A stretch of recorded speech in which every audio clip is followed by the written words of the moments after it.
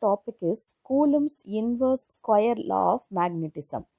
Consider two bar magnet, that is A and B, which is represented in the diagram. When the north pole of the magnet A and the north pole of the magnet B, or the south pole of the magnet A and the south pole of the magnet B are brought closer, they repel each other because the same pole repels each other. On the other hand, when the north pole of the magnet A and the south pole of the magnet B, or the south pole of the magnet A and the north pole of the magnet B are brought together, their poles attract each other because the two poles are different poles, so they attract each other. This looks similar to Coulomb's law for static charges. Already this we studied in the first unit. The force of attraction or repulsion between two magnetic poles is directly proportional to the product of their pole strengths and inversely proportional to the square of the distance between them.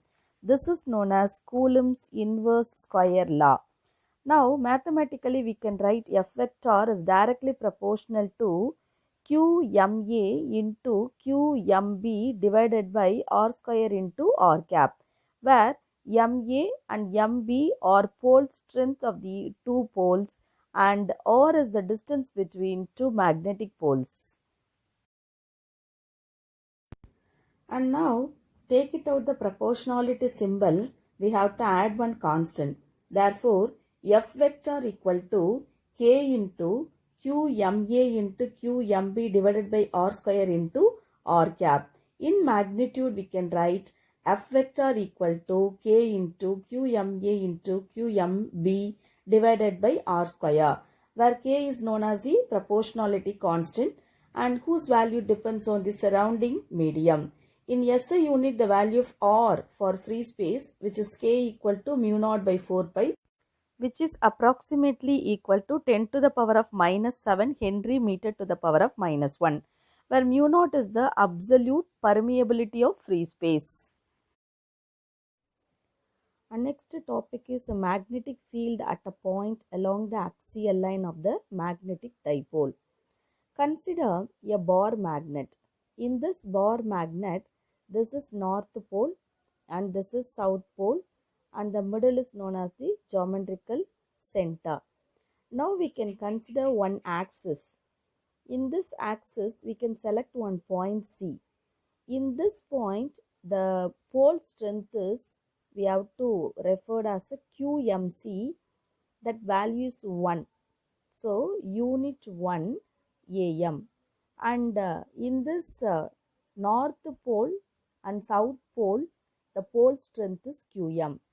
The center, geometrical center to north pole length is L and geometrical center to south pole length is L and total length is 2L.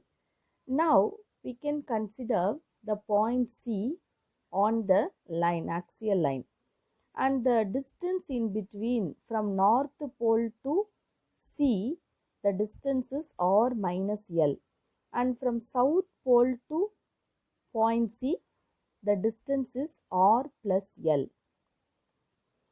Now, in this point C and then this is north pole, both they are having same pole, therefore there is a repulsive force is there.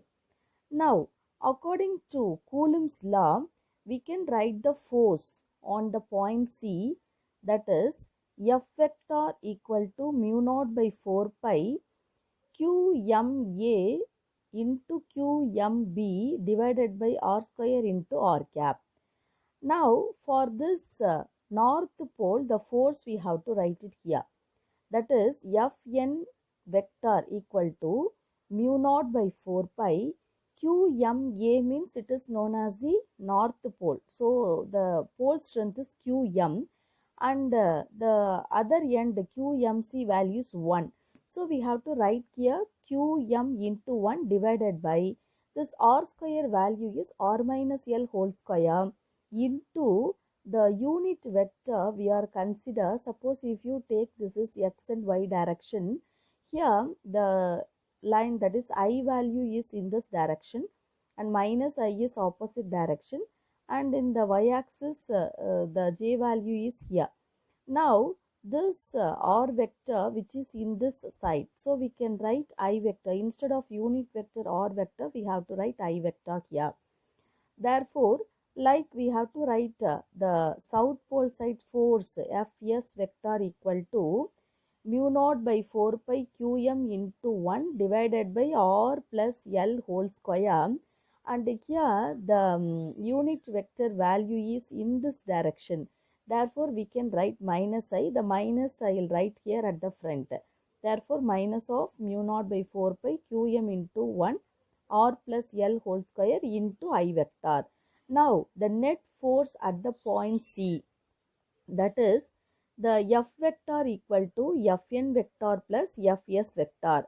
So that which is equal to mu naught by 4 pi qm divided by r minus L whole square I cap minus mu naught by 4 pi qm divided by r plus L whole square into I vector.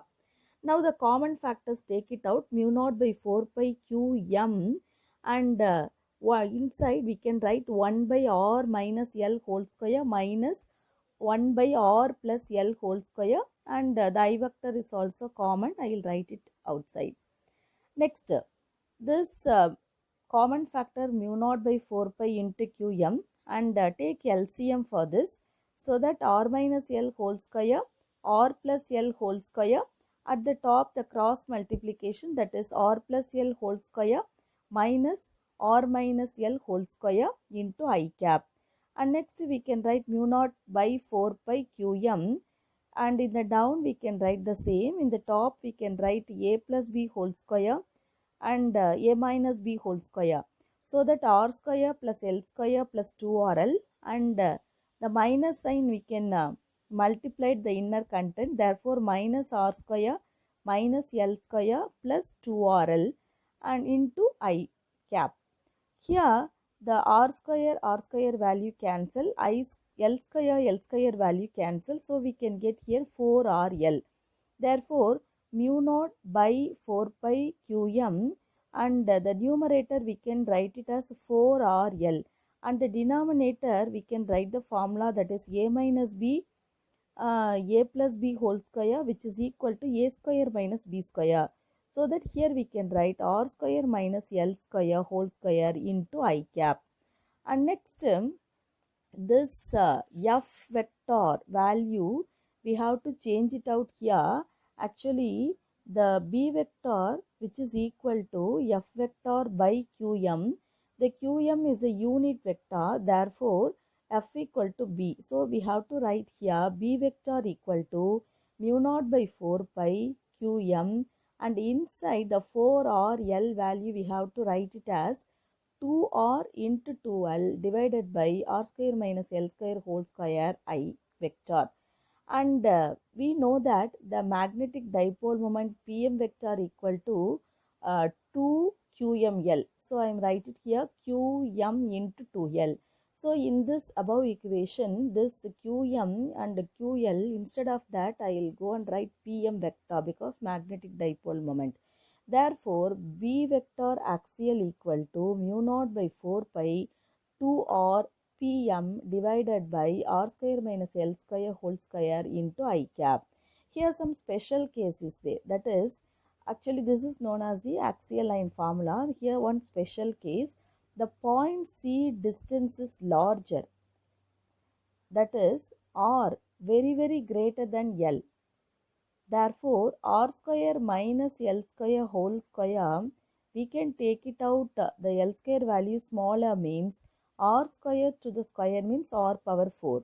That is, distance larger, r value larger means the magnetic length L value smaller. Therefore, the b axial vector equal to mu naught by 4 pi 2r Pm divided by r power 4 into I vector. Here r is cancelled in the numerator, denominator this r power 4 is changed as r cube. Therefore, b axial vector equal to mu naught by 4 pi 2pm divided by r cube into I vector. And here this pm and also I vector, instead of that we will go and write pm vector. Therefore, the final answer is B axial vector equal to mu naught by 4 pi 2 pm vector divided by r cube. This is known as the magnetic field at a point along the axial line of the magnetic dipole.